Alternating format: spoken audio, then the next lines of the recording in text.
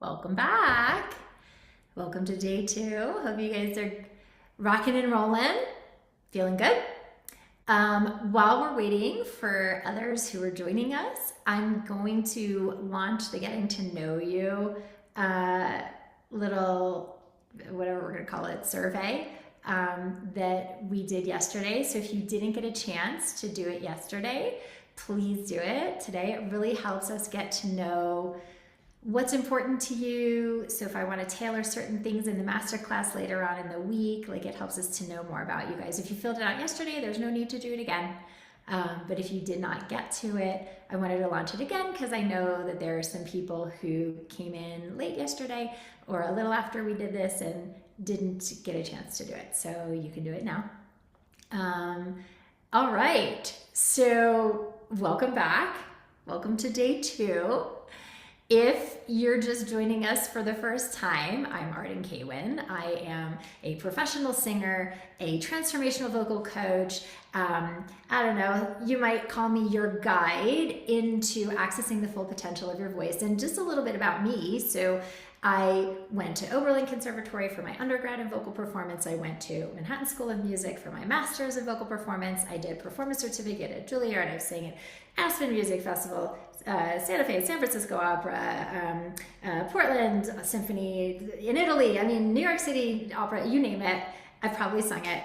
And I did like a big shift mid-career and I went into commercial music. And so I have recorded albums. I have my voice is in a Barbie doll. That was a really cool gig. They made two Barbie dolls for Barbie and the Frog Princess. I mean, this is like 20 years ago. And they were singing Barbie dolls. And my voice was in one of them as the Frog Princess. And another singer's voice was in the other one who played the best friend. And it was when Bluetooth technology was brand new. And you could Bluetooth the Barbie dolls. And when they were in vicinity of each other, the dolls would sing at the same time and they would harmonize. And so I got to go to Mattel headquarters to do that session, which, by the way, is like, I mean, when you think about like the mecca of toys, right? So that was pretty cool. So I've done a lot of things. I've written music that has been used in film and television. I've licensed a lot of music to film and television. I wrote and performed the theme song for a show that was on Discovery Channel for a really long time. So I really have had a unique career spanning both the classical music world, the stage music world, and the commercial music world and the recording industry. And it's given me a really interesting insight into my own voice and also into what tends to work or not work when it comes to a successful singing career and a reliable, powerful, impactful sound that gets you that successful career. So if you didn't know about me, now you do a little bit. And I split time between California and Colorado. And I'm in Colorado right now. And it is finally spring here, which makes me very happy. So I'm really happy to see everybody, all of you here. Those of you who were here yesterday, some of you who were not. If this is your first day, welcome, welcome. So glad you are joining us. Say hi in the chat if this is your first day and tell me where you're from. Share that, please. And if this is your first day and you were not here yesterday, definitely make sure that you watch the replay from yesterday, especially if you have not yet. It is super important stuff that we talked about on the mind-body connection for singing that you need to know, because it is what catalyzes like everything that I'm going to teach you about technique and artistry over the next few days. So definitely do that. Welcome to Rhonda from Nevada. Welcome to Yuval from LA. So glad you guys are here on day two. Make sure you watch the replay. Okay, and also if you're new and you're just joining us, I have this poll that I launched, Getting to Know You. It helps us. So if you have filled that out, fantastic. If you have not, please do it. It helps us to make sure that we're teaching you the things that are important to you, the more we know about you. Okay, so I'm going to end that survey now so we can get down to business. Okay, so first of all, who did their meditation last night? Tell me in the chat. I'm super curious. How many of you did your meditation last night? Say me in the chat if you did your meditation. Say me. Javon did it, Jeannie did it, Nola did it, Stelio, Suzanne, Donna, nice, Huberto, good, Susan, Elena, Taylor, well done. Awesome. Helga did it. You guys, celebrating you. Frank, awesome. Celebrating you for your accountability. Now, who has done it today so far? Because remember, we want to do the meditation each day. So who's 2 for 2? Put 2 in the chat if you did it yesterday and today. Yay! Jenna 2, Nula 2, Diane 2, Frank, yes. Awesome, you guys. Jean, yes. 2 for 2. Suzette, and yes. Nice. Stelios, well done. You guys, good work, okay? Like, if you are doing the actions, you will see results. It takes conditioning to get this to do what we want it to do, okay? So, celebrating you guys who are 2 for 2 in meditation. If you haven't done the meditation yet and you were like, oh, I'll do it, and then like the day got away from you yesterday and you didn't get to do it, there's no make wrong here. There's no, make yourself bad about it. Today is a new day. Make a different choice today, okay? We're giving you these tools for free. Use them. Now, question, who did your thought exercise last night? Who dove into the thought exercise last night? Anybody? Put me in the chat. Who did your thought exercise? Look at you guys. Nice. You guys are in it to win it. Using the tools, staying accountable. Fantastic. Look at all of you. Now you have some new awareness around what makes you feel less than and how and when you've observed these things living in your body. When you journal it out, you got some new data, which is really important. And now you're starting to understand what impact these physical sensations has on your ability to sing powerfully and access the full potential of your technique and your sound. It's awesome. Celebrating every single one of you for your commitment and your accountability to this process. Those who really get results in this process, they're showing up the following way. So the first thing is they're showing up committed, showing up to every class, watching the replay that very night if you couldn't come live, doing the homework after every session, super committed to the change that you want to experience. The second thing is that they're showing up coachable, which means understanding that you don't know what you don't know and being open and willing to empty your cup, be coachable, and do something differently. Many of you probably never meditated before, but you did it last night because you're coachable. You wanted different results, so you're going to be coachable to do something different to get it. And also, it's like that idea of if you keep doing things the same way, you do understand that nothing will change and you will keep getting the same results. So you're super coachable. And then those who are getting big results in this process, they're resourceful. So I get it, you guys. Like, it might not be easy to get here every day this week.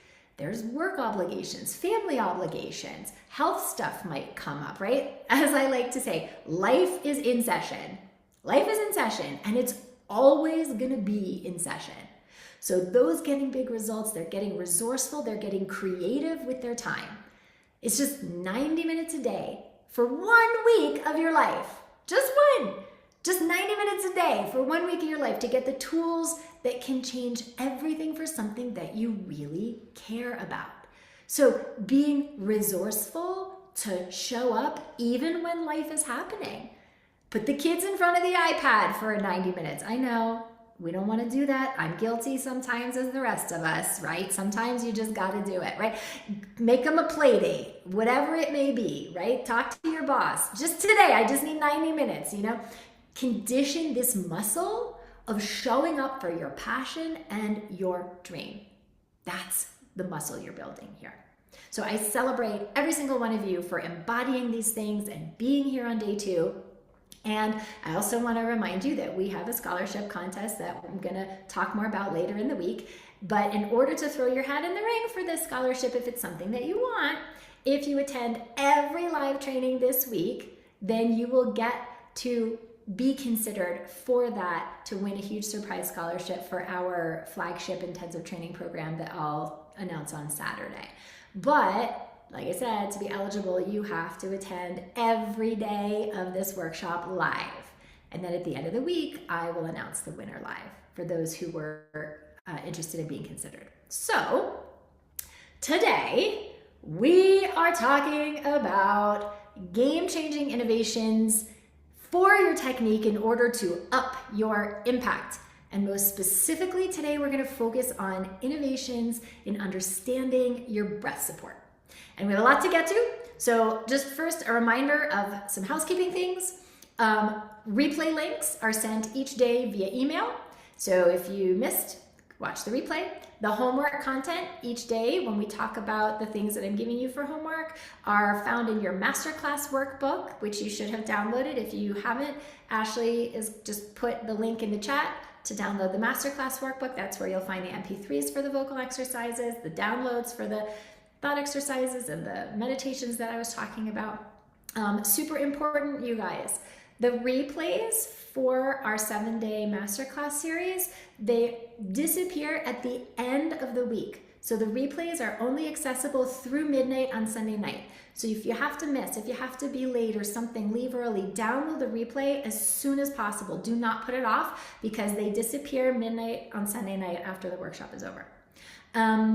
Save your questions. So we're gonna train first and then answer questions. Jot down your questions for later. 9 times out of 10, I'll answer it a couple of minutes after you think about it, okay? So train first, questions later, and we have an entire Q&A day on Sunday. You can ask me anything about anything that we trained on this week, especially if you want me to like check in on how it's coming into your body and your sound. If I ask for volunteers or guinea pigs who want to sing and coach today on breath support and the techniques that we're learning, use the raise hand function when that time comes. It's the little heart icon at the bottom of your Zoom screen. Click it and you can be able to raise your hand. Okay, and then most important, a reminder that this is the safe space. Those who share, those who sing, we encourage vulnerability, we encourage bravery, and I have a zero tolerance policy for any criticism, judgment, meanness in the chat. So please uphold that value and support your fellows. And then lastly, for those who want to sing today, if you want to coach, just make sure that your original sound is switched to on, which means you would have had to enable it in your settings before coming into the meeting. And then when you're in the meeting, you have to look at the top of your little Zoom screen and it says original sound for musicians off. You got to click it to on. And if there's any questions about that, if you guys are like, what original sound? Ashley can put some instructions in the chat. It will mean that you'll need to exit the meeting, put the setting, and then come back in. But it's not that hard to do. Okay, done, housekeeping. With that, who's ready for some mastery around your breath support? Tell me in the chat. Say me, who needs some tools for your breath support? Who's ready to understand and utilize their body in a totally different and much more efficient way to be able to have reliable and consistent breath support? I love it. You guys are all over this. So let's get down to business. I'm gonna give you all of the concepts up front here first. So I want to train you on the whole picture first, because a lot of you probably have gaps in your technique around your breath support that you don't even realize that are sabotaging your impact. And we're gonna get you up here, even some of you, to coach on it. But first, I really wanna like zoom out for a second. So why is breath support important? And I know you guys are probably like, well, duh, of course it's important, Arden, you need your breath to sing. Okay, yes, but really, like, why is breath support important? Because 90% of the issues that are preventing you guys from accessing 100% of the potential in your voice are actually breath support issues. And 90% of the issues that make you feel insecure are also actually breath support issues. Tension, breath support. Stamina, breath support. High notes, yes, your range, breath support. Agility, mixing, transitioning registers, breath support, breath support, breath support. Pitch issues, if you're flat, if you're sharp. Yep, you guys, like, so much of the time when we fix the breath support, the pitch issues go away. So if you're pitchy, breath support. Strain, inconsistency, breath support. Confidence issues. And then career issues, because if you're not confident, you're not putting yourself out there. Breath support. So let's get down to foundations, because if you're gonna learn how to make a bigger impact, then we have to address this like right now, pronto, okay? And I wanna go back to fundamentals here for a minute. And again, before like, because I know a lot of you in this group, you've already had training, so many of you. So before you roll your eyes and you're like, Arden, I've already been taught support for years, I already know the fundamentals. Remember what I said a minute ago. Those who get the biggest breakthroughs here show up coachable, understanding that you don't know what you don't know. So empty your cup and approach this with beginner's mind. So first, I want to talk about the anatomy of the support. Okay, let's just talk anatomy, because basically, you guys, breath support is about two things. It's about anatomy and it's about physics. It's literally just science. And I know there's so much confusing information out there about breath support, because most people, most expert vocal coaches who are teaching support, they're not actually going to the science of it, and it's fairly straightforward when you understand the science behind this stuff. So let's talk about anatomy for a second. First of all, where's your diaphragm? Let's talk about the diaphragm, right? Because everybody, when they think about breath support, they're thinking about your diaphragm. So how many of you have had voice teachers say, use your diaphragm? Tell me in the chat, put me, who has had a teacher, use your diaphragm? Yep. Okay, use your diaphragm, great. Okay, so the diaphragm is super important for breath support. However, it gets singers into a lot of trouble because most of you guys don't really understand what that actually means and how that works. So let's talk about diaphragm. So your diaphragm, hang on, I need to adjust my screen for a second. Your diaphragm is a dome-shaped muscle. So you guys, I'm wearing my yoga clothes today so you can like really see my physiology. Diaphragm is a dome-shaped muscle that separates your thorax, which is where your lungs are, from your viscus, which is where your intestines and your liver and all the rest of your organs are. It lives at the base of your rib cage, and it looks like an upside down bowl, okay? Right here.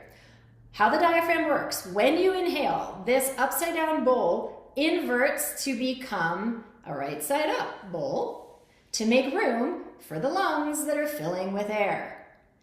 It is the return of the diaphragm from the bowl to the dome that moves the air out of your lungs, it pushes the air out of your lungs, that vibrates your vocal cords for whatever sound you're gonna make, whether it's talking or singing or whatever else, okay?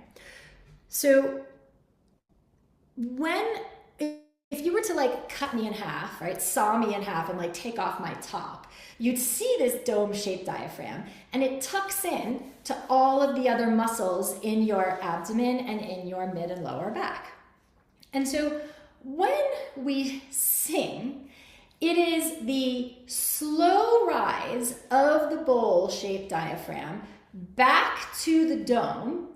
Again, I said slow rise when we sing, because if this diaphragm returns too quickly back to the dome, it pushes your air out way too quickly, it pushes way too much air out, and now you're out of breath before you want to be. The sound is airy and flooded, which means that you don't like that sound, so now other parts of your body, namely your throat, your jaw, and your tongue, contract, constrict, and tense up to create a dam to prevent that massive flood of air that is coming out, because your diaphragm is not, your air is not being managed, and its diaphragm is going back too quickly. You have this massive flood, and now you're in a lot of tension and a lot of strain, because all of these muscles are trying to create a dam so that all this air isn't flooding out, affecting the sound, okay? So when we talk about breath support, what we're talking about is supporting the diaphragm to stay low and move slow so that it just moves the exact right amount and speed of air to come up and pass your vocal cords, which creates the exact right, what we call subglottal pressure and supraglottal pressure. The amount of air pressure below the vocal cords and the amount of air pressure above the vocal cords, which creates, and this is science you don't really need to know, but it creates what's called the Bernoulli effect, which is the exact right velocity and volume of air cycling around your cords that creates the exact right oscillation of your cords for the most efficient, most beautiful sound. And so when we're talking about breath support, the thing about use your diaphragm that I just absolutely hate is that we don't have a lot of nerve endings in our diaphragm. And so it's difficult for us to feel our diaphragm. And so it's difficult for us to sort of try to manipulate something or affect something that we don't have a lot of sensation in. And so when you tell a singer, use your diaphragm, the singer gets all up in there trying to manipulate what's going on and force this diaphragm to like do something. And it ends up, most of you end up pushing your diaphragm in the wrong direction. And you end up pushing up and in, which ends up pushing this diaphragm up, which pushes too much air out, which now you're not actually in the efficiency of your sound. You have too much air, too fast. And now you're in tension, you run out of breath before you reach the end of the phrase and all of the, dominoes fall. So what we're really talking about when we talk about breath support we're talking about the muscles that the diaphragm connects to. Remember I said the diaphragm tucks into all of the muscles in your torso. So we're talking about rectus abdominis, your six-pack muscles. We're talking about obliques, on the side diagonal.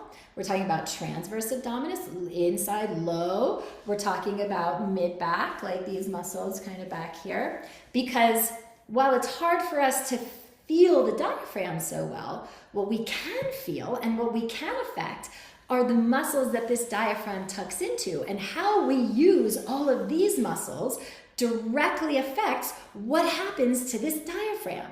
Okay? Because remember, I said we want the diaphragm to stay low and move slow so that we just get the exact right velocity and volume of air instead of a massive flood of air being pushed out by this diaphragm moving too quickly. So that is concept number 1 for today. If you're following along in your Masterclass workbook, concept number 1 is that breath support is about the muscles around the diaphragm that support the diaphragm to stay low and move slow. So I want you guys to get acquainted with these muscles. So I want you to stand up, and I want you first to put your hand right down the center like this, right? So where your ribs part, put your palm right there, and down the center of your rectus abdominis, otherwise known as your six-pack, okay? And I want you to put your hands there. And I just want you to shush the dog, like pretend there's a dog making noise. And I just want you to go shh, shh, shh. And I want you to feel what happens under your hand. You can feel these muscles engage when you shush the dog. Shh, shh, shh. Okay? So those are your rectus abdominis muscles. Now, same thing. Hands on your obliques. So if you find your hip bone, your palm is just right above your hip bone. On the diagonal, that's your oblique. Same thing, shush the dog and feel what happens. Feel those muscles. Shh, shh. You can feel those muscles activate under your hand, okay? Now, transverse abdominis, low, right above the pubic bone, below your belly button. Same thing, shush the dog. Shh, shh, shh. You can feel these muscles engage because your hand is there. Same thing with the muscles that are in your back. To move my chair. These muscles, so find the lowest rib and then find your hip, and it's the soft spot right in between there. Put your palms there and shush the dog. And you will feel, it feels a little different back there, but you will feel like boop, boop when you shh, shh. Okay, you will feel those muscles. Now, all of these muscles are working together at the same time. When you shh, you're moving air, and these muscles are engaging to move your diaphragm to move that air, because what you do with these muscles is what moves your diaphragm, okay? But there's 2 different ways that you can engage your muscles. You can flex your muscles, or you can contract your muscles.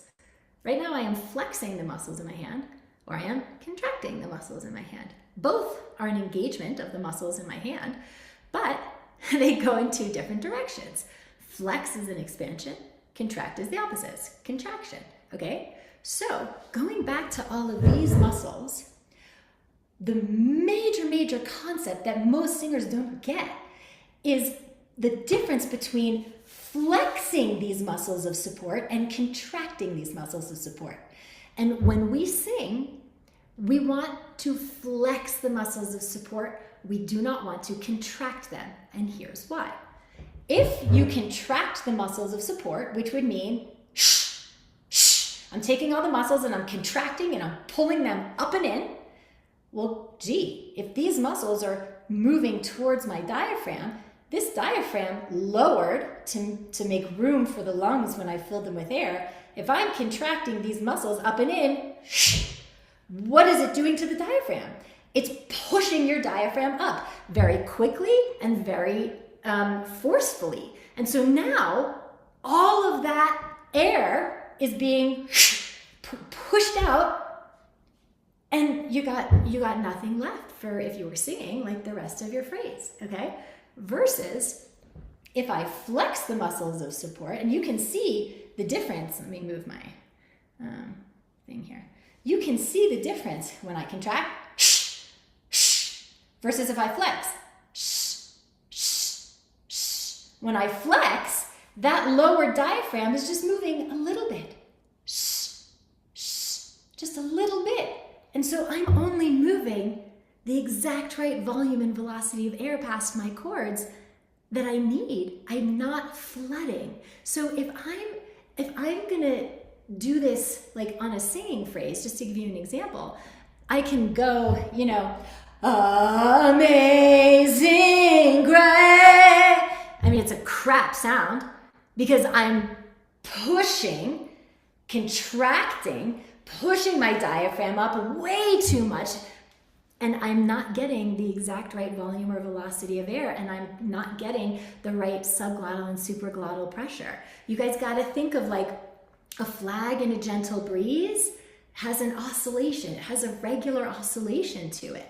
A flag in a hurricane, like it doesn't oscillate. When you guys contract the muscles of support, you shove your diaphragm up and it gives you a hurricane of air, and it's inefficient for your cords. So the sound is not good, and it creates a ton of tension because now you're trying to control you're trying to support your sound from up here because this isn't doing its job. And you're trying to mitigate your amount of air from up here with your neck, with your jaw, with your tongue, which doesn't support the sound. In the absence of this supporting the sound, it just creates more tension. So in flexing, when I sing, amazing grace, did you see there's no contraction. That is my efficient mechanism for support. So I'm now only moving the exact right amount and speed of air past my cords so that I get the oscillation of the cords that's the right oscillation instead of the from way too much air, okay? So now let's pause for a second because I want to talk about, well, first of all, we talked about concept number 1. Breath support is about the muscles around the diaphragm that support the diaphragm to move slow and stay low. Concept number 2 is feel the muscles of support flex instead of contract, okay? So I want you guys to feel this. So put your hands back on your obliques, and I want you to now shush the dog again, and I want you to see if you can shush the dog and put these muscles, flex them into your hand. Shh. Like you can see my muscles go like this instead of shh, go like that. Shh, shh, shh. Right? See if you can feel that. Right into your hand. Shh, shh, shh. There you go. Now feel it here. Put your hand right down the center. There you go. Yep. And shush the dog right into the center. Shh, shh, shh. You can really, you guys, if I go sideways, you can really see it. Shh, shh, shh. You see how this goes this way, this way. I'm thinking out and down, out and down. Put it into your hand. Shh, shh. Yep. And same thing if you feel your back. So put your hands on your back, and again, shush the dog, and you'll feel these, it feels a little different, but these kind of go like this. Shh, shh, shh. Okay? Yeah. So this is, I think, probably different sensation for a lot of you, because most of you have probably either just not been taught about this at all, so you end up contracting because you didn't know any better, or unfortunately, some of you probably were taught to contract, and whoever taught you that, they just don't understand the science behind this stuff, and they're not perhaps as much of an expert as maybe they think they are, probably because they were not taught properly either. And so they're just regurgitating bad technique without even realizing it, okay? So now let's talk about the inhale. So when we talk about breath support, we're not talking about the inhale, okay? So there's breathing for singing, and then there's the inhale. And then there's breath support, sorry, two different things. The inhale is what happens before you sing, obviously, and the breath support is what happens when you're phonating, when you're singing, okay? So breathing for singing is breathing for life, guys, in terms of the inhale. There's nothing different that you need to do or understand about inhaling for singing. The thing is, most of you guys think you need to do a whole lot of other different things, and you just end up sabotaging yourself. So let's just remind ourselves about the anatomy of the inhale, okay? Because if you guys breathe all day, every day, and you do it right, and then you get into singing and you do all these other things that just completely get in the way. So anatomy of the inhale, you guys, your lungs, and this is concept number 3 for today, okay? You have more lung in your back body than you do in your front body. So just think about a skeleton. Your ribs stop here in the front, but go all the way down here in the back. Why? Because your ribs are there to protect your lungs.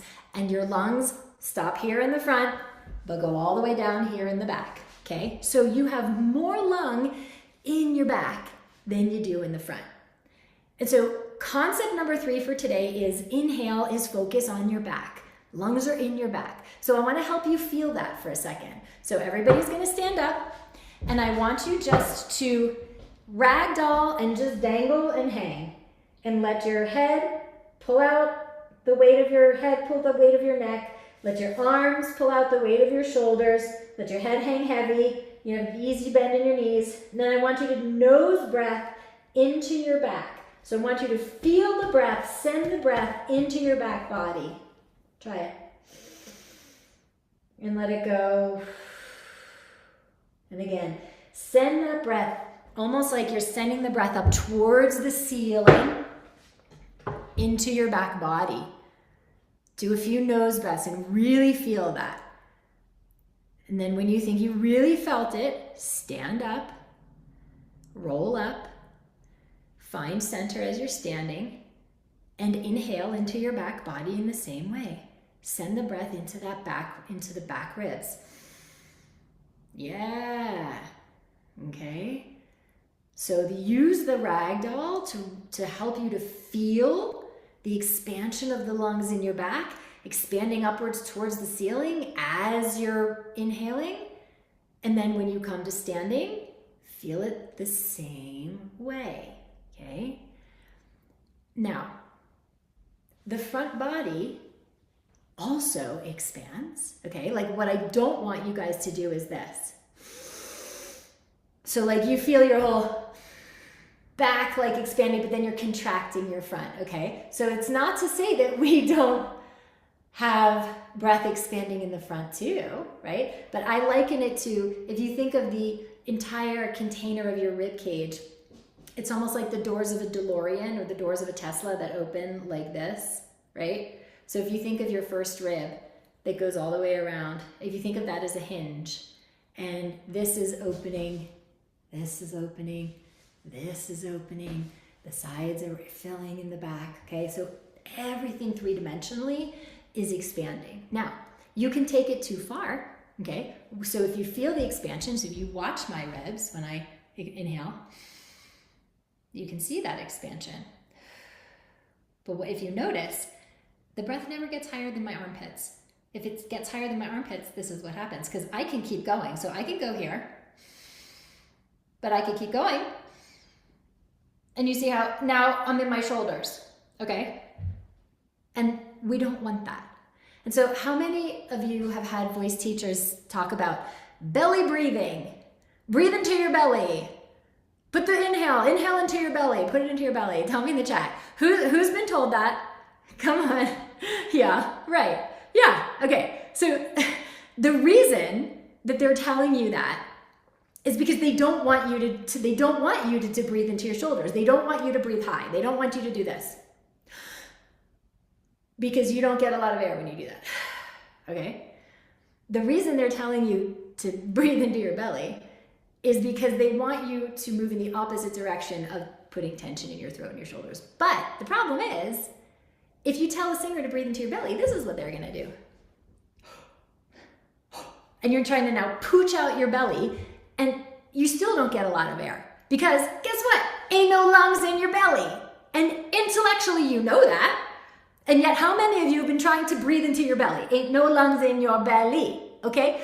But lungs are in your back. So your job is to release your belly, release your ribs, release your throat, and allow the air to come into the back body where it belongs. And so this is concept number 3 and concept number 4 for today. Concept number 3, your lungs are in your back, not your belly. Stop focusing on your belly on the inhale, okay? Focus on your back.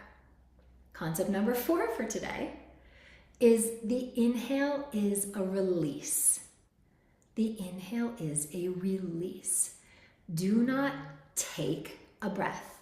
I hate the phrase take a breath, because when you think take a breath, you guys, the words that you talk to yourself around your technique matter, because your body's going to respond to what your brain is saying. So we talked about this yesterday, right? So if your brain is telling you, Arden, take a breath, then I'm going to go, oh my God, but where'd that breath go? Right here in my shoulders. And I think I need to grab something. I think I need to take something. And so all the muscles in my throat, all the muscles in my ribs and my jaw have now contracted to try to pull air into my body. But the thing about that is I actually got less air because I have contracted. I have closed the opening in an effort to take this air. And now I've gotten less than I otherwise would have. And now I feel insecure.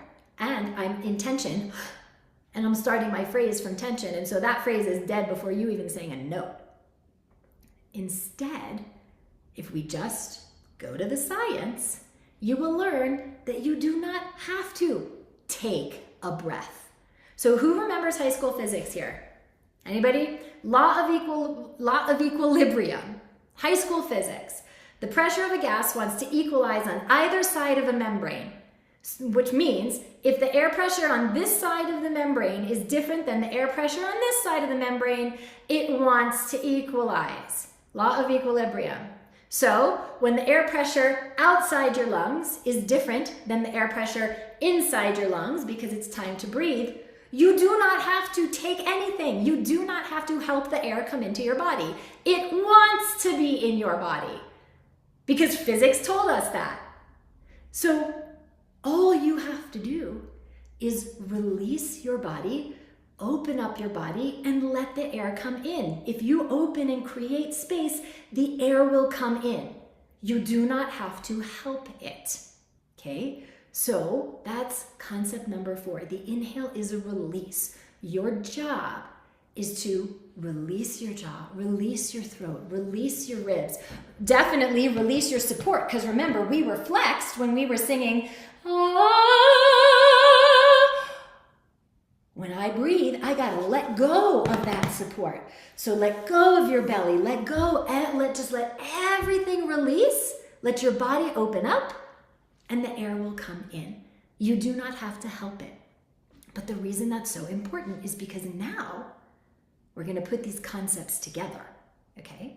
So you release on the inhale, then you flex on the hiss. When I let go of the hiss, I release, and whatever air I used up gets replenished, okay? Release on the inhale, flex on the hiss. So I'm really breaking this down for you guys right now. Like, I really want to go back to the foundations here so you understand and you get what your body's doing. Because when you understand it, it's just science. It makes so much of a difference when you now put it into practice, like, over time. So now we're going to talk about supporting over a duration, okay? So we talked about a short hiss. You can see me flexing, and you can see me releasing, and a little bit of air comes in. But when we sing, we need to do this over a duration, over a longer period of time. So to do this, you need to understand what I call the container of support. So we've talked about what's happening down here when you hiss or when you phonate, but we have not talked about what happens up here in your ribs. So let's talk about ribs for a second. So when you inhale, you release, the ribs release, and they fly open to create room for the air. Okay, so now I'm talking to you, but have you noticed that my ribs are still expanded even though I'm talking to you? Now I let them go, okay? You can manage your ribs, because if you don't, if the ribs are not buoyant and out of the way of the lungs, then what's going to happen is, if the heavy bones of ribs collapse too soon, think about it. Here's the diaphragm that has inverted to become a bowl. If the heavy bones of ribs are now coming in, what are they going to do? They push the diaphragm up, and now you're out of breath before you want to be. The sound is airy because you've moved too much air, and now you're trying to control your sound and your air from up here, getting in a lot of tension to mitigate all that extra air that's coming through, and now you're in tension, strain, and vocal fatigue, okay? So we want the ribs to be buoyant and out of the picture. So what that means is now we can talk about appoggio, okay? So appoggio is the Italian word, which means to lean, okay? Like those of you who speak Spanish, apoyar, to lean, same as Italian, appoggiare, to lean. Appoggio is the bel canto, which is the classical technique for breath support. And the reason they call it appoggio, the reason they call it leaning, is because you've created this beautiful container on the inhale.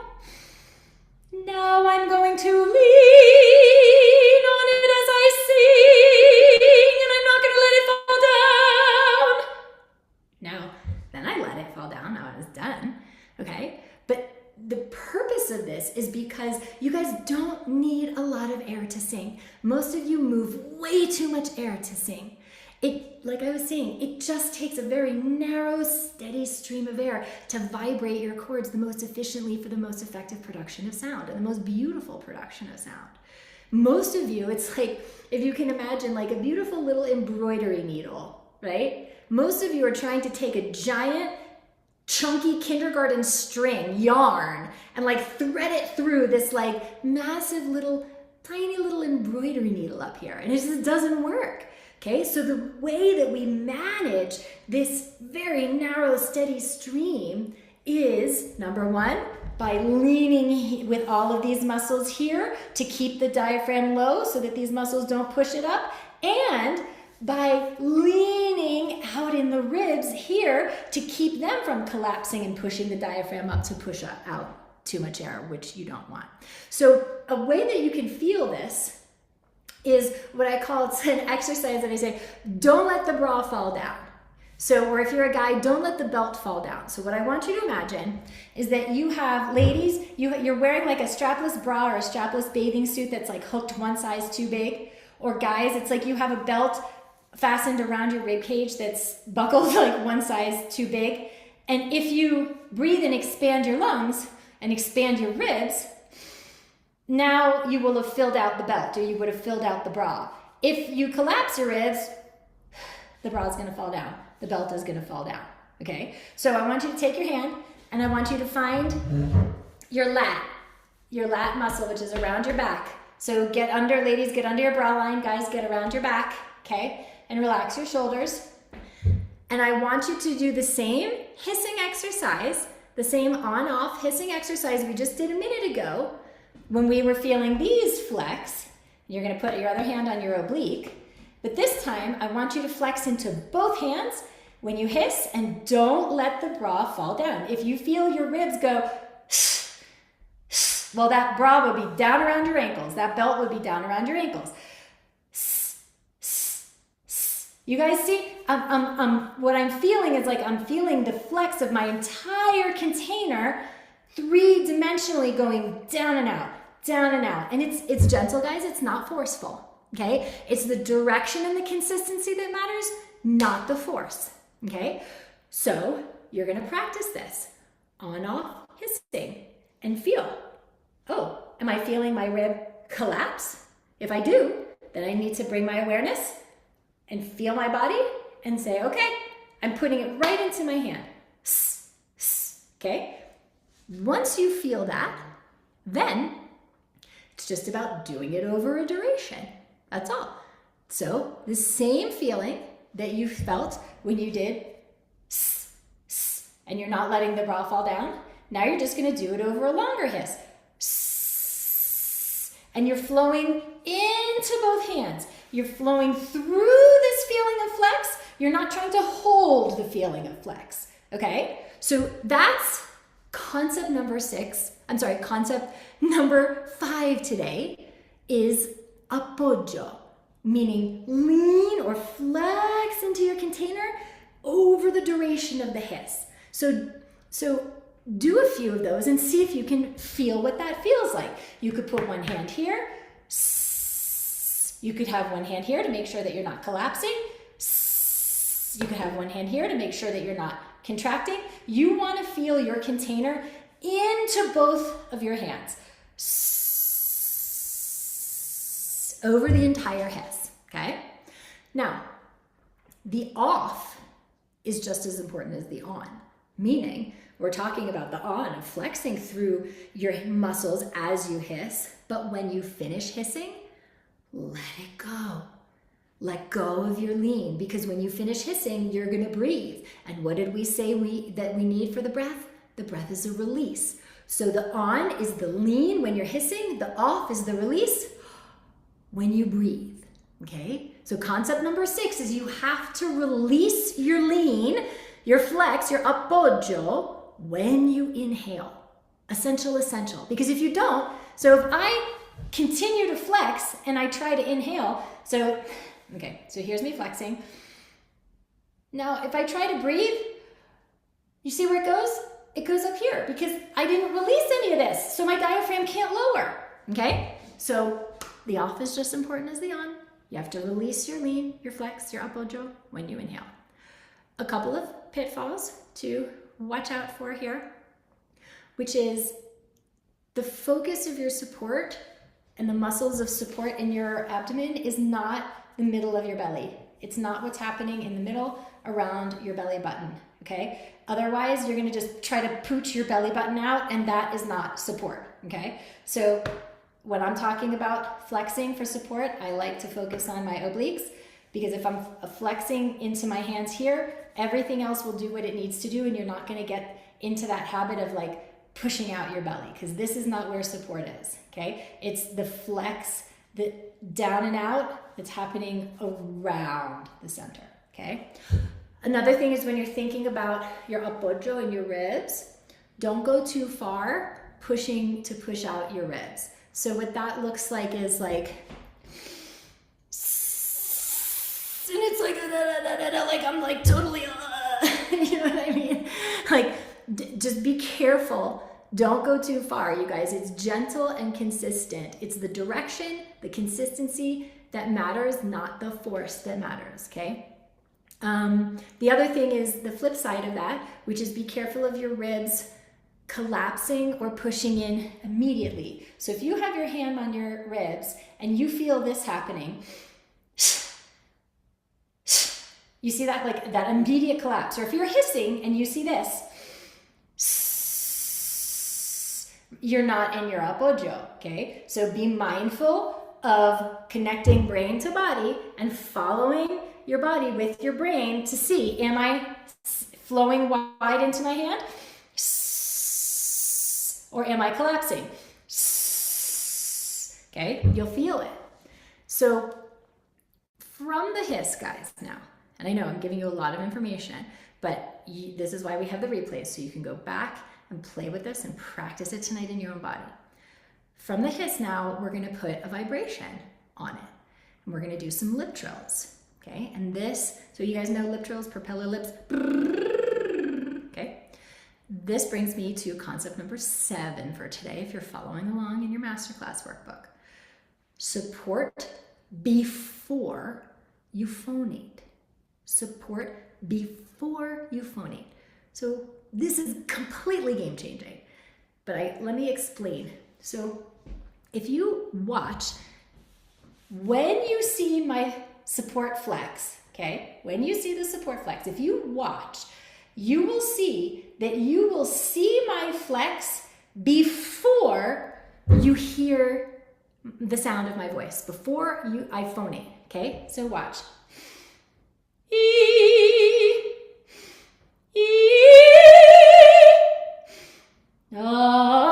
Amazing.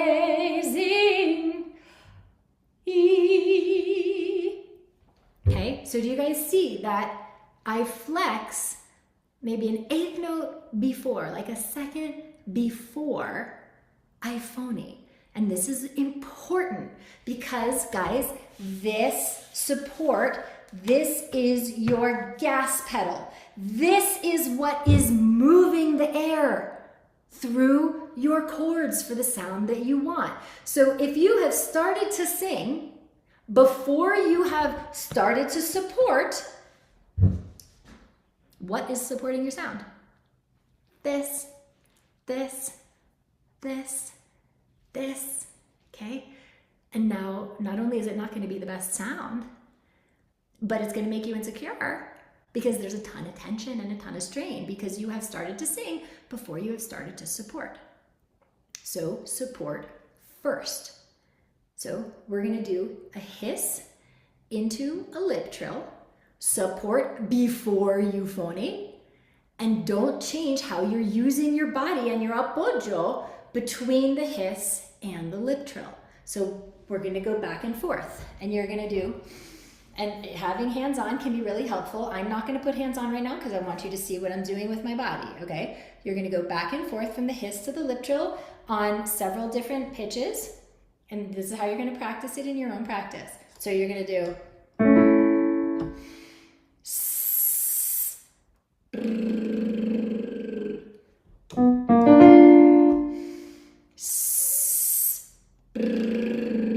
and you're going to watch for the pitfalls. Are you doing this? Or are you doing this? Be careful of the pitfalls. You got to think of yourself like a beach ball. Be like a human beach ball.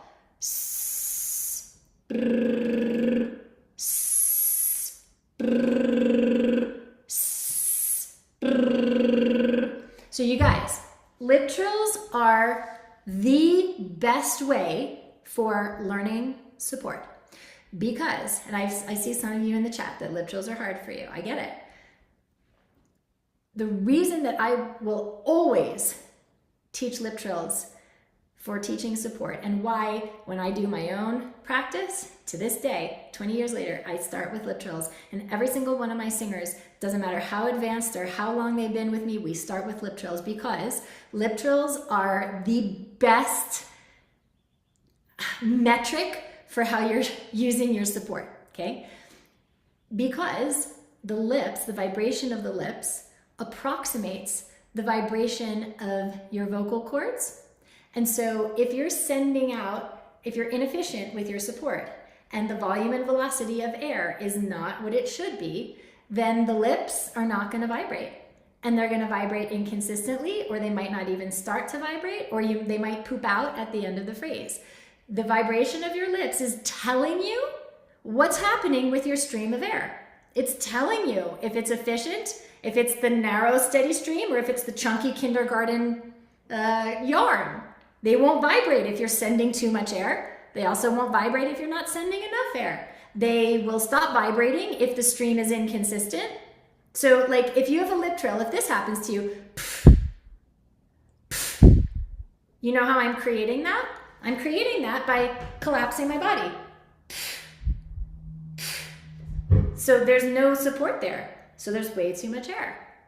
Similarly, if this is happening to you,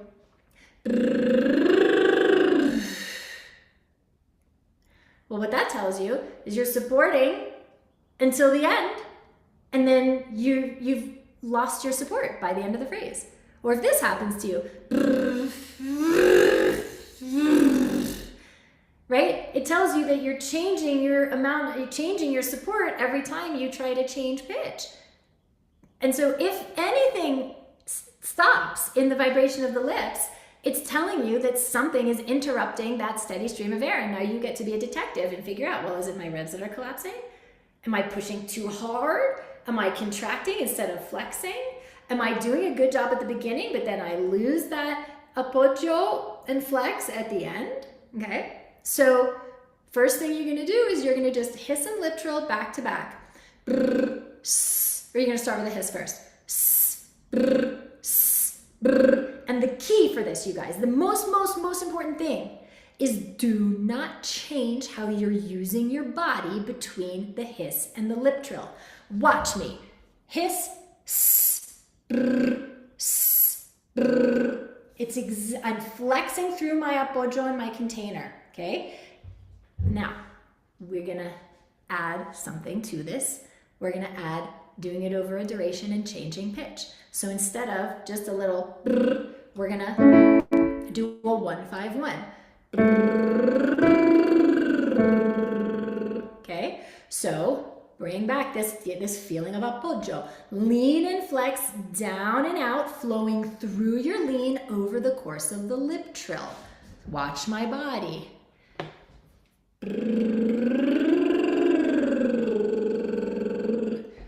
Do not change your support when you change pitch.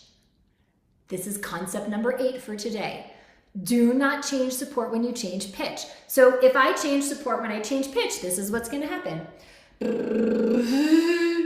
See how I lost everything? And then I lost my lip trill as I went to rise in pitch. Or this might happen to you. You might go from flex to contract because, oh my gosh, now the pitch is rising. I need to help it. And so you're going to contract because that's what your habit has been. So you might do this. And like push it in. But then again, I lose the exact right velocity and volume of air. I lose the exact right subglottal and supraglottal pressure. And now my lips are not going to vibrate the way that I need them to. Okay? So it is the consistency that matters. That's what you're practicing with this. Changing pitch without changing what you're doing with your support. Continue to flow through the flex. So if you have your hands here, continue to flow into both hands as you change pitch. And then you're going to go up a half step.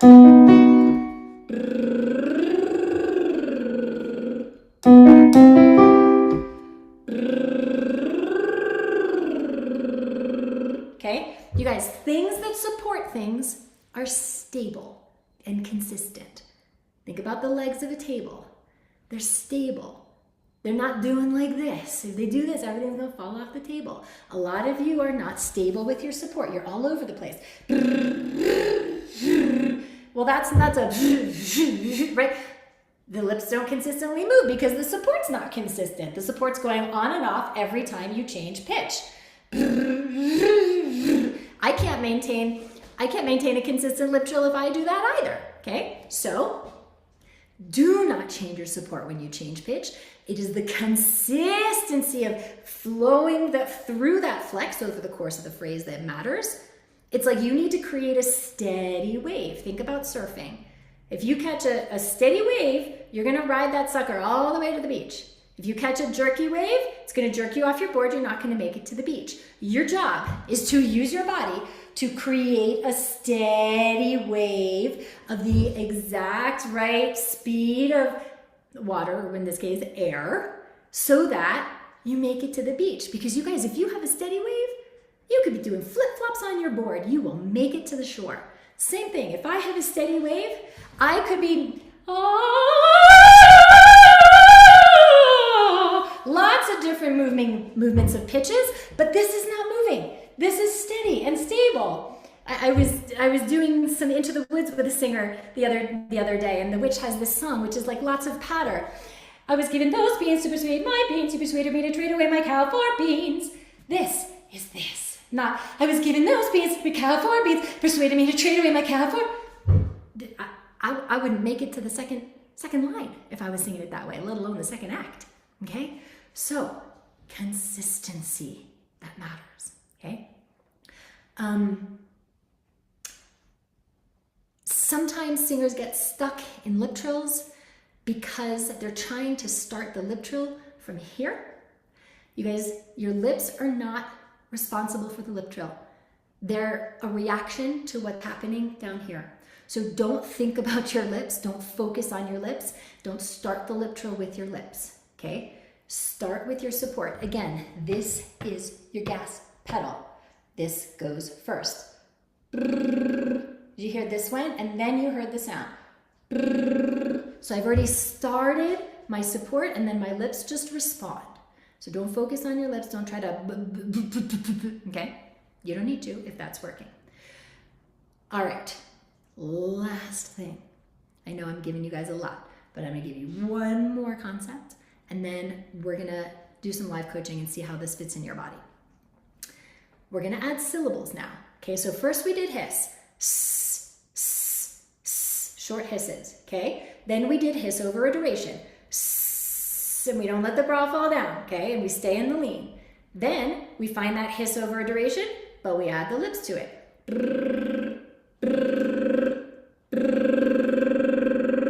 Then we move pitch on the lip trill without stopping the gentle flow of support.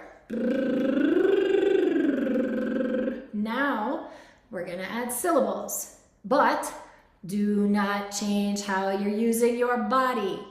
So this is the thing, you guys. This is the thing. This is where most high-level singers get sabotaged. Because see, your mind is gonna try to convince your body, oh my gosh, now we're singing. Now we gotta make it sound good. We gotta make it sound pretty. Now we're on syllables, right? And then all the things that you discovered in your thought exercise last night and all the ways that you don't wanna fail are gonna come rushing back in because now we're on syllables. Now we're singing. You guys, okay? Pay attention to what's going on up there. And then all the habits of make, force, do, push, manipulate, control that have sabotaged the consistency of your support in the past are going to try to come back. So if you were able to do the lip trill and stay consistent, what might happen when we put syllables is you might try to go, mama, because that high note, oh, now we're singing, that's the highest note, I gotta help it, I gotta push it, I don't wanna fail, it's gotta sound good. All of the stinking thinking is gonna try to come back, okay? So, we are not singing right now. No singing allowed right now. We are just vibrating on pitch and vibrating on syllables, okay? So, now we're going to talk about supporting the syllables that we vibrate through. And we're going to do a single mamo mu scale. Guys, we're keeping it very simple so that you can really focus on being present to using the present moment awareness in your body that you're conditioning in the meditation, in the moment, so that you can stay in your flex and you're lean through even when we're on simple syllables. So we're going to do a simple 5-note scale. Okay, watch. Get present in the moment of your body. Direct yourself to use your body in the exact same way you did on the lip trill. And then, if you guys are watching me, you notice how my body is doing the exact same thing that it did on the hiss, that it did on the lip trill, now that I'm in mamo mu, okay? So, you're going to practice the lean on the hiss, you're going to practice the lean the apoggio on the lip trill, and then you're going to practice it on the mamo mu scale. Now here's some things that can help you with this, okay? I want you to think that this is not 5 different things. Like it's not da da da da da da da da da, it's not 8 different things, okay? I want you to think of it as one thing. Because if you think of it as 8 different things, guess what? Your body and your support is going to want to go, ma, mo, mu, ha, ha, ha, ha, ha. Try to each separate note. Instead of, if you think of it as one thing, think of it like a single bow on the violin. One bow. Ma, mo, mu. Instead of sawing on every note. Ma, mo, mu. Okay? So be careful if you hear H's. Because if you hear H's, it's not one thing. Meaning, ma, mo, ha, ha, ha, ha. That means I'm supporting this pitch and I'm supporting this pitch, but I bowed out in between. And in that moment, I get a puff of air. When that support bows out without you realizing it, you get a puff of air that comes in, and that's where the H is. Ma, ha, ha, ha, ha, ha. Okay, so I want you to think of it as gooey and as connected as possible. Ma, mo, mu. Okay, one bow. The lean is gentle and consistent. Again, it's not about the force, it's about the consistency. Don't forget to release the apoyo, release the lean and the flex when you inhale, okay? And you might need to have hands on, follow your body through with your brain as you do each phrase, and ask yourself, at what point do I lose my lean? See if you can tell. Do you stay in your hands the entire time? Or do you feel your body collapsing or contracting away from your hands, okay? Okay, breath support in 90 minutes. Okay, let's see how you're putting this all into play in your body. So who would like to be a guinea pig to put these tools into play in one of their songs? Just a verse of something, a chorus of something. Okay, great. I see so many of you who have used the raised hand button. I just need to go where I can see you guys. Okay, cool. Okay, first hand I saw was Isabella. So Isabella, go ahead and unmute.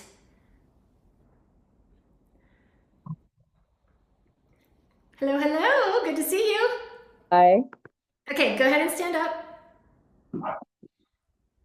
Can you see me okay? Is that? Yeah, take one step closer to your device so I can see you a little, perfect. Okay, so your device is low, so don't look down. Focus on what's straight ahead, and I'll tell you if you need to look at me, okay? And let's do a few lip trills first. Let's do some 1-5-1 lip trills.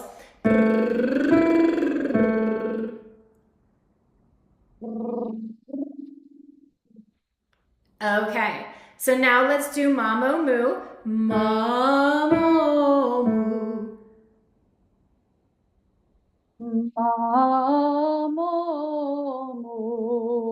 Okay, so I want to do it again, and I want to do it a little bit higher in your range. Okay, let's do, and then okay.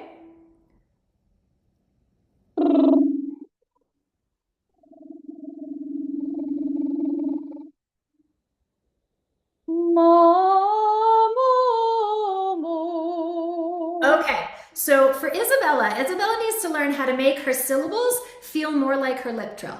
So when you're lip trilling, Isabella, you're consistent in your support, and that's your gas pedal that's moving you through the siren up and down of the lip trill. But when you get into syllables, now we have ma. Okay, so go ahead, stand up again. Okay, we're still gonna do the same key, but this time I want you to focus on how gooey you can slide into your hands and how gooey you can be between the pitches. So let's do a triad instead. Ma, mo, mu. And do you hear how slurpy and slidey I am being right now? Can you slurp and slide into your support as you move through the pitches? And the slide, that's like the flex, correct? Yep. It can, because I feel like and now that we're doing these exercises, I think what I was feeling as well, it's like I'm kind of almost forcing that flex. Like I'm overdoing it. Okay. That's what. Good. So that's a good point. I'm glad you brought that up. Okay. So what can happen is that you go too far, too fast, too soon, and you're like so much, and then you've got nowhere to go over the course of the phrase, okay? So you guys, it's gradual, gentle, and consistent. You start with some flex and then you continue to move and flow through that as you do the phrase. Can you try it?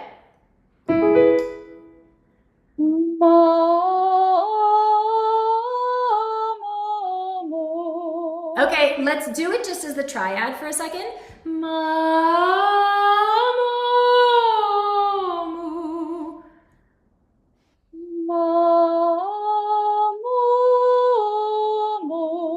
Okay, so Isabella is very good at supporting individual pitches, but she doesn't support when she changes pitch. So I get this pitch and I get this pitch. But even though intellectually I know you understood that I was asking you to slur and slide through the pitch, your body didn't do that, because the only way it knows how to get from here to here is by letting go of your support for a second in between, moving to this pitch, and then re-engaging your support on this pitch. So we get Yeah, and I also feel like the whole thing, like you were talking about yesterday, you know, like the moment that you kind of almost like have to prove yourself, you start sabotaging everything, you know. And I'm here like mentally telling myself, I'm like, all right, I know, like this is what I have to do, and don't think about it, because I know I'm gonna fuck it up, and that's exactly. No, but then you end up creating the thing that you didn't want in the first place. So go ahead, stand up again, and I would like to invite you to give yourself permission to make a bad sound.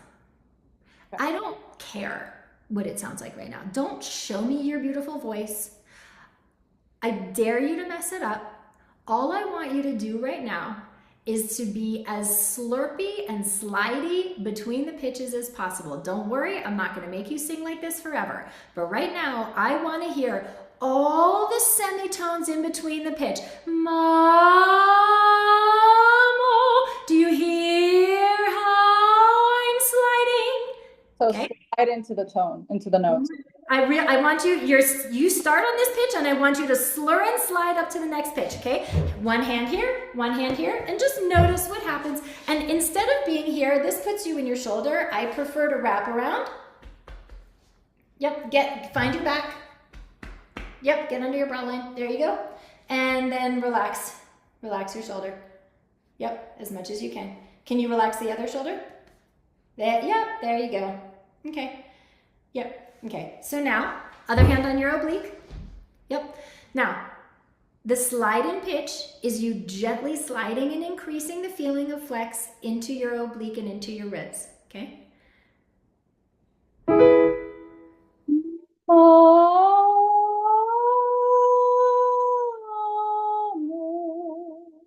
Okay, good. What did you notice about that? What did that feel like in your body? I don't know. I can't tell. Let's do it again. And this time I want you to connect brain to present moment in your body and just see if there's anything you notice, a shape, an image, a sensation. Go up a half step.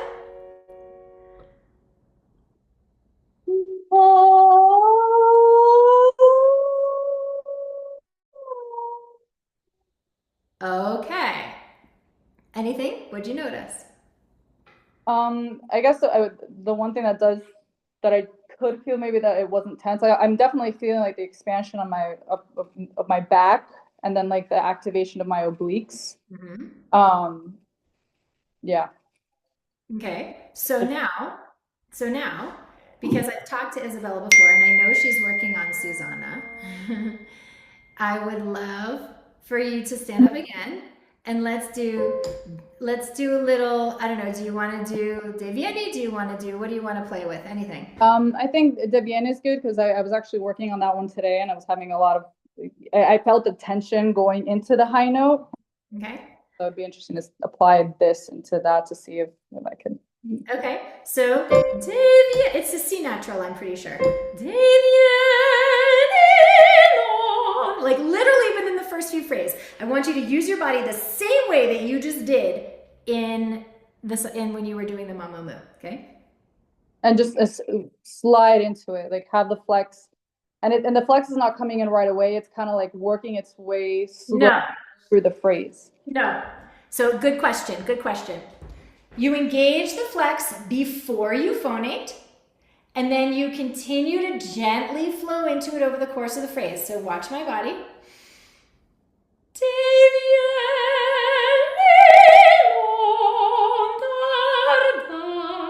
Okay, start first, and then move through it.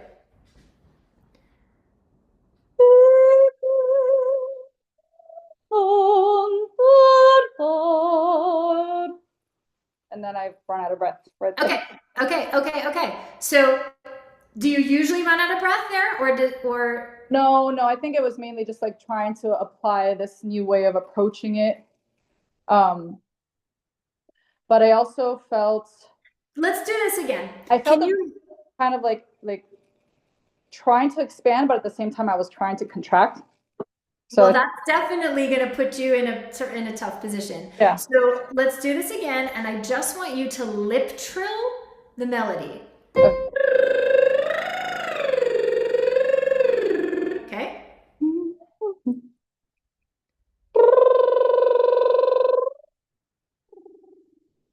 Wait, hold on for a second. Do you have original sound enabled? Because you're cutting out. Yes, I activated it yesterday. Okay, so you just need to turn it on in the meeting. So if you click the it's on. Good. Okay, that should it said on, not off, right? Probably because I could do it. Maybe that helps to not cover the audio. Okay, so lip trill.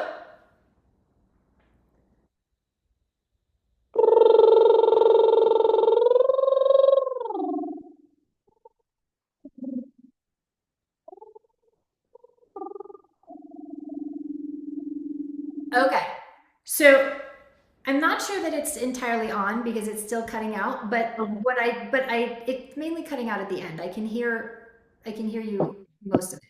So what I hear is that as you descend, we kind of fall.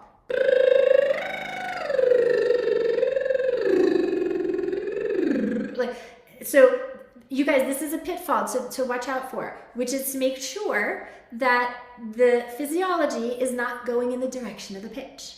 Okay, so you're kind of supporting better on the way up. I feel like it's C. I think you're low, but I don't know. Do you know what note it starts on? Yeah, I think it's C as well. I mean, I could have gone. Yeah. So if it's C, so to be careful of like, did you see me go like here? Yeah. Right. So, but again, if you go too far, too fast, too soon, and you guys are like in your flex, you have nothing left for the end of the phrase. Okay. So you engage right away on a scale of 1 to 10, like a 4 or a 5, and you just keep moving gently through it, and you don't get to the max of your flex until the end of the phrase. Try it one more time. And lip trill? Yep.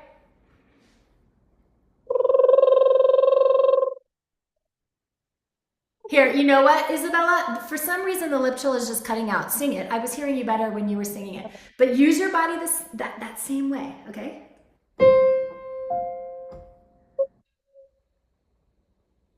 Okay, so you definitely don't have original sound turned on because I don't hear you. I do have it on. I mean, it says it here on the settings, but I'm not. No, you have it enabled in your settings, but it's not turned on in the meeting. So go to the 3 dots that say more under settings. God. Do you see the 3 dots? I see it. Sorry about that. Now you're on. I can even tell immediately. Okay. Sorry. That's okay. It's good because everybody's going to now know for when they get up. Okay. So, lip trill. Okay.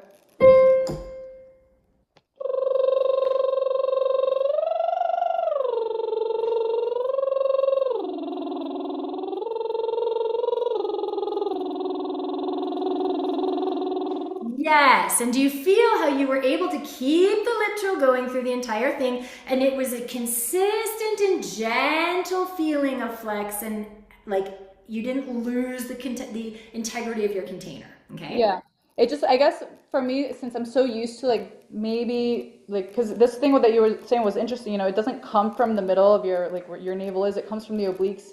And I feel like I'm so used to kind of maybe tensing, like contracting my abdominals. So it feels, it's a new sensation feeling Sure. the support coming from here as opposed to coming from here. Yeah. So it's, I almost, then of course I get insecure because I'm like, oh, there's nothing going on here. What should I do? Yeah, that's a mindset issue. Let that be okay. Okay. Like again, you guys, it's like it's uncomfortable to her because she's not used to it. So can you be comfortable being uncomfortable, right? Because Right. if you're not comfortable going beyond the comfort zone, you'll continue to do the habit because that's what feels comfortable, but that's not what serves the sound in the long run. Okay. Yeah. So now, but do you feel like you're able to feel, it sounds like you were, the sensation of it being here this way when you're in the lip trill? Yeah. And then I guess another question is, so when you're maintaining that expansion, is the stomach, because you're saying, so we're on the exhale, is the stomach or the pelvic slowly coming in, or is it slowly going out, like going, like I get this feeling of like coming out like that, or is Okay, it slowly no. coming? No. This never goes out. So what? My dog is. Hey, I'm coaching, not you. Okay. So watch me in profile. Okay. So let me get the pitch.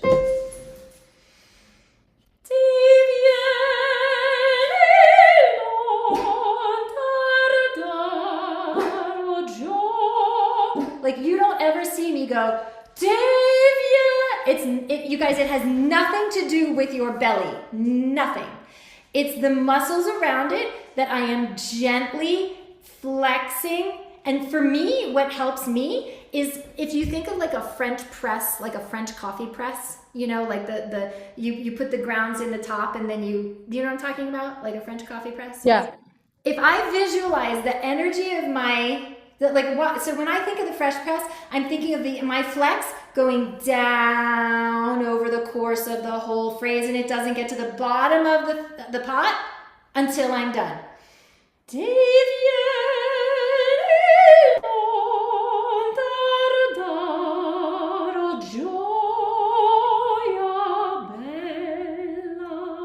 And then, and you'll notice I wasn't that far from where I started. You know what I'm saying? Yeah. And so that kind of helps me. So I want you to try that on the words. Okay? So if you have your hand in the center, you're going to be focused on the center. Yes, that was bad. Here. You can also, what I find to be helpful is one hand on the soft spot, like on the back body, one hand on the oblique, so that I feel the three-dimensionality of the down and out flex. You can try that too. Try it.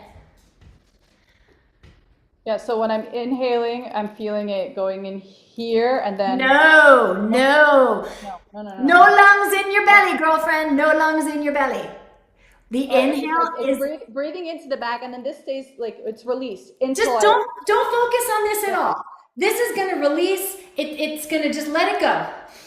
Okay, just don't focus on this at all when you inhale. Inhale is into the back. Okay.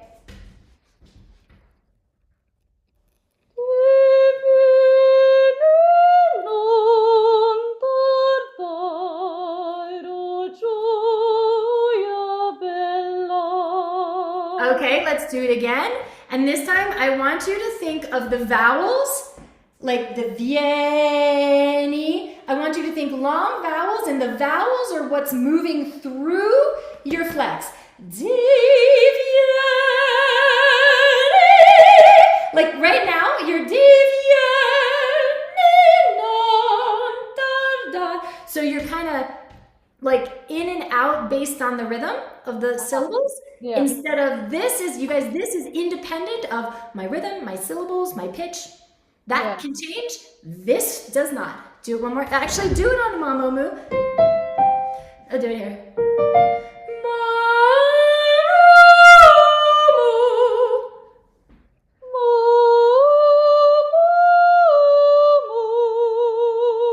That was better. How gooey can you make it? I want to hear ma. I don't want to hear ma. Okay?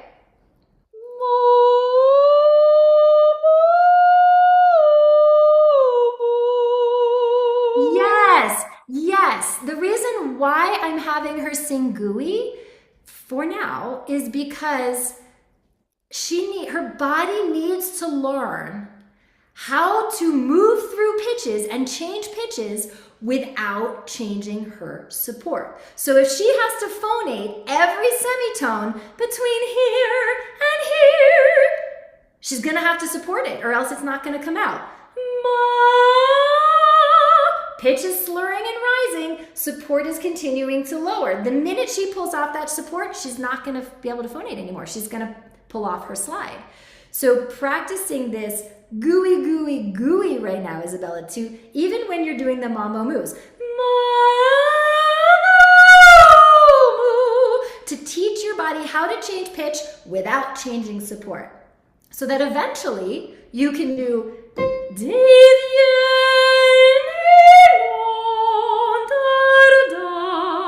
you don't hear me slurping and sliding, but I am also not in and out of my support. It's one single bow of support instead of e every time you change.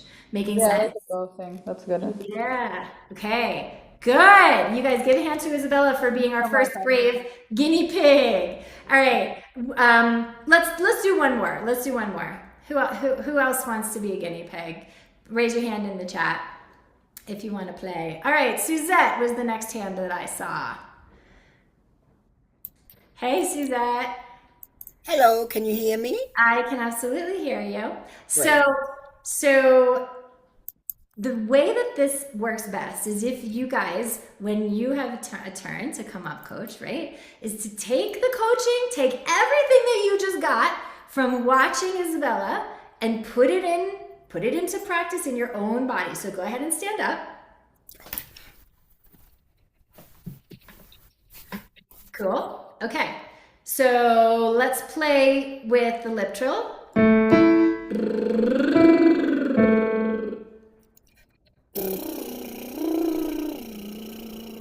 Okay, let's do a few. Did you hear it? Okay, so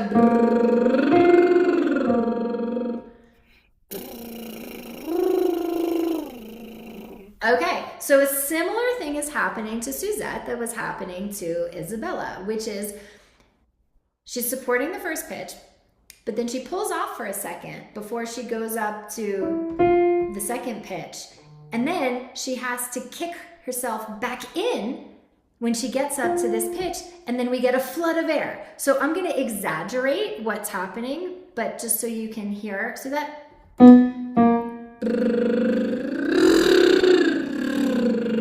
if it were a hiss, it would be instead of one hiss, okay? So can you put hands on, just like I had Isabella do, okay? Yeah, so see if you can get under your bra line to find your back. Yeah, there you go, and then the other hand on your oblique. Perfect, okay. So I don't want you to pay attention to what it sounds like. You guys, your job is not to listen for the sound. Your job is to feel what's going in your body and recreate the feeling of the good sound, not the sound of the good sound, because what it sounds like in your head is never what it sounds like out here to us, okay? So connecting present moment awareness to what you feel under your hands, and I want you to just be focused on gently feeling the flex that you're putting into your hands and over the course of the entire lip trill.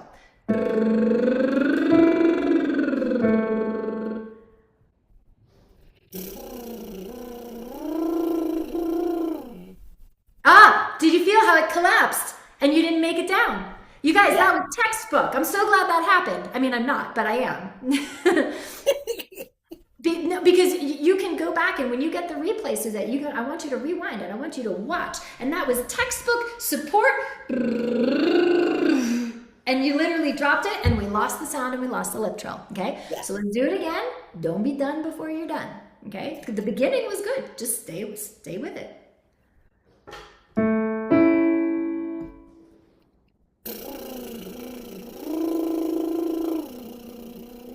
Okay. Now I'd like for you to do it in chest voice. Find your chest voice. Speech level. Better. It's too low for head voice. I mean, you can do it, but it feels more intuitive to align with your support there in chest. So same thing, chest voice, half step up. Don't go back to head voice. Stay in your chest voice.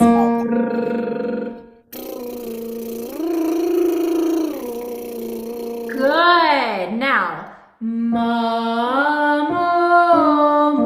But keep the awareness here and how you're using your body exactly the same, okay?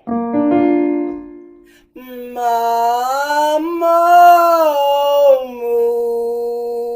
Good. Do the lip trill.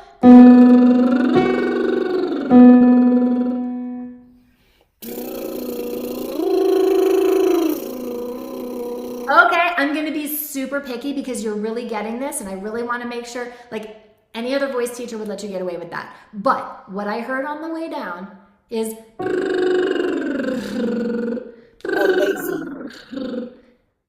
and when you get this flood of air, okay?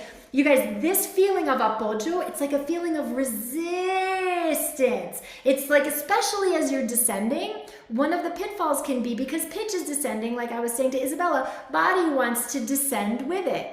But then you've sabotaged your container of your apoyo, and now we get a flood of air and we get okay?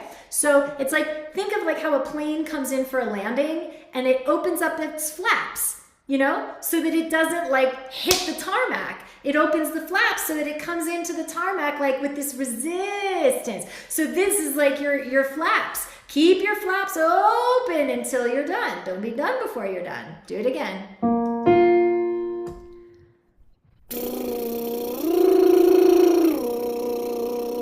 Even more slow down so you can really feel like the sense of slide. You hear how slow I'm going? I'm training my body into that resistance. If I go fast, my body, well, your body right now, because it's not used to it, it doesn't totally stay when you go fast, okay?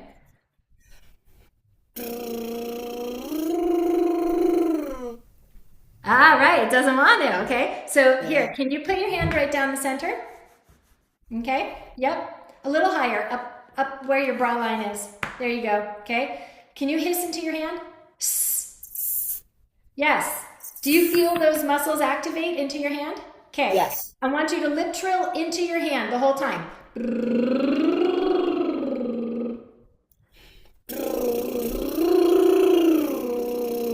Yeah, you guys notice how now we're getting more tone and less air. Do you feel that?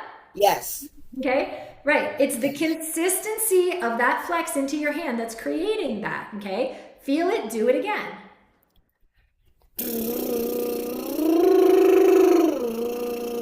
Yes, very good. Now, keep hand here. Ma-mo-moo. And don't change how you're using your body from how that lip trill was in your hand, okay? Ma-mo-moo. Yes, yes. What do you notice about this? Is there an image, a sensation? How are you going to find this again in your own practice? Well, I felt the vibrations, and I had my hand back here. So you were feeling the container. Yes. Good. Yes. Yes. And as I took in the air, I felt the lungs in the back expand. Mm-hmm. And then when you did the lip trill, did you feel like you were leaning into that expansion? Yes, I was. I felt it coming into my hand. Good. So you guys, on the inhale, that release of the inhale is you creating this container of the ribs. And then when you activate your support to phonate, then you're leaning into that container over the course of the phrase. It's like if you've ever worn a corset, ladies, like as a costume, like that feeling of like being out against a corset or a dress with like boning in it, you know?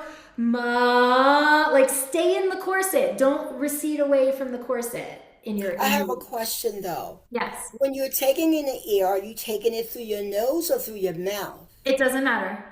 Okay.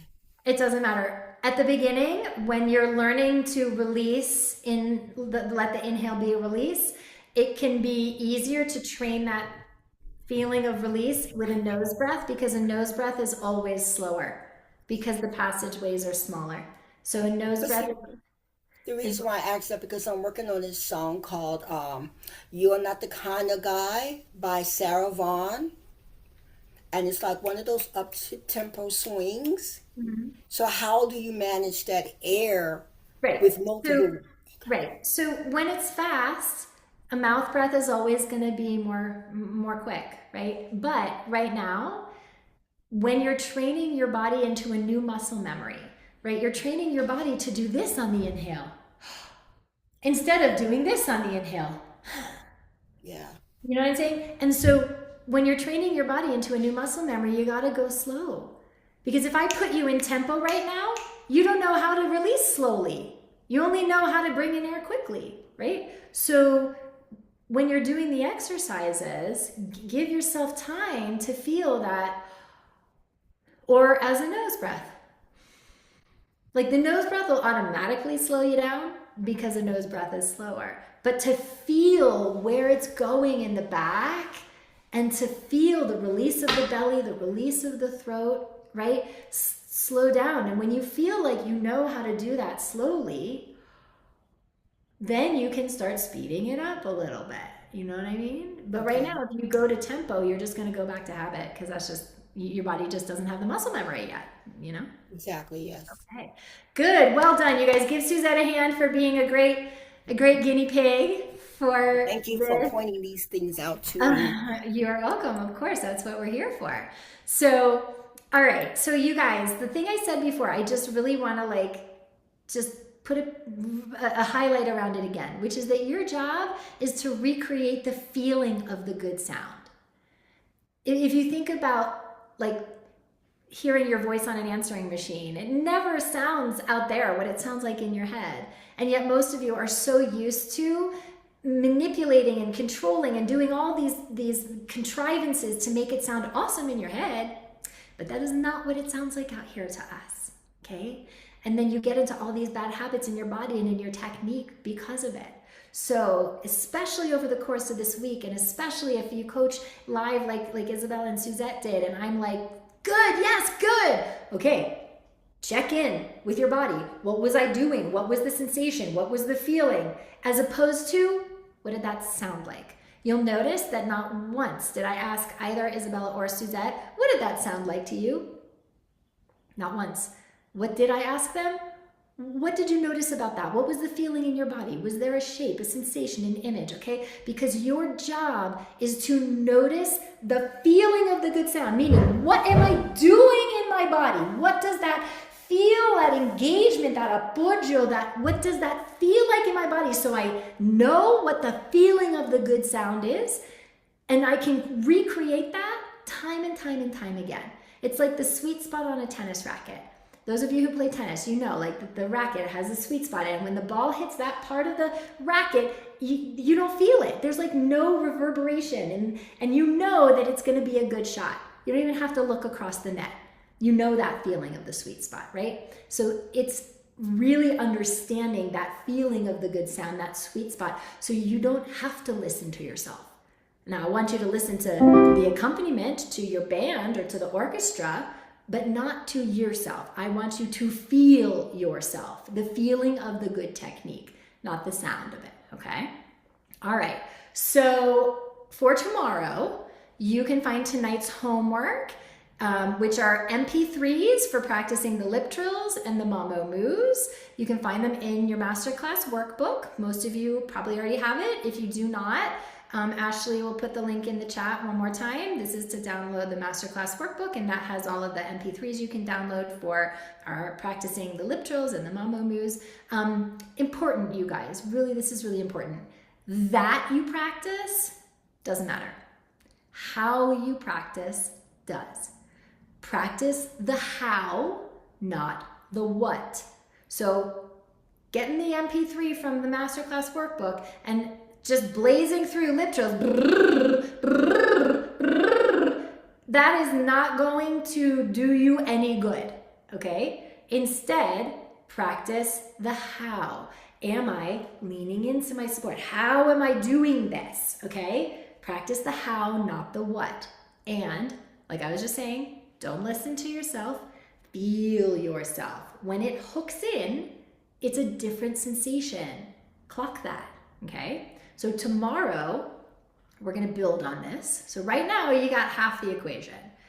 So it's like, think of the stability that you want in your body, in your instrument. Think of it like a boat, okay?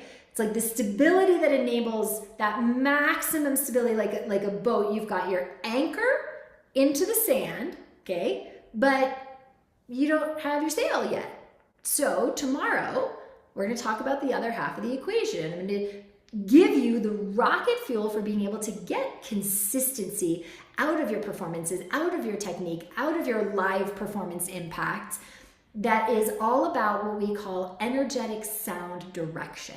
Okay, this is the rocket fuel for consistency. This is the ammunition that taps you into the maximum potential of your sound and start bridging that gap between exceptional talent and exceptional success. So you've got a much better understanding now with these tools for rock solid support. And I definitely suggest in about an hour when we send out the email with the replay, go back, because I know I gave you a lot of information, rewatch, put it into practice in your own body. You have these tools now for understanding your breath support better, but it's not enough. It's not enough. What we're talking about is breaking through to elite opportunities, so you need the rest. So don't miss tomorrow, because I'm going to give you the other half of the equation for this, and we'll do some live coaching. Don't forget to do your meditation again. If you haven't done it today, do it, and then do it again tomorrow. And I will see you guys same time, same place. Okay, everybody, enjoy. Bye, guys.